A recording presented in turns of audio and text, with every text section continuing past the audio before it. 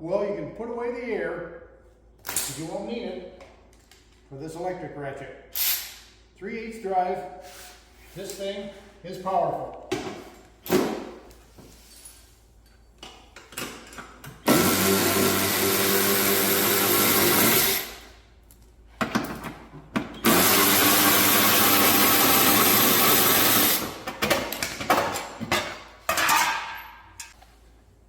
If you don't think it has enough power, if you're familiar with the conventional ratchet, if it doesn't have the torque to loosen the bolt, that's why they call it a ratchet. You ratchet it. But this thing has ample power to take off the most stubborn of fasteners. This thing is just under 40 bucks. You better get them before they run out.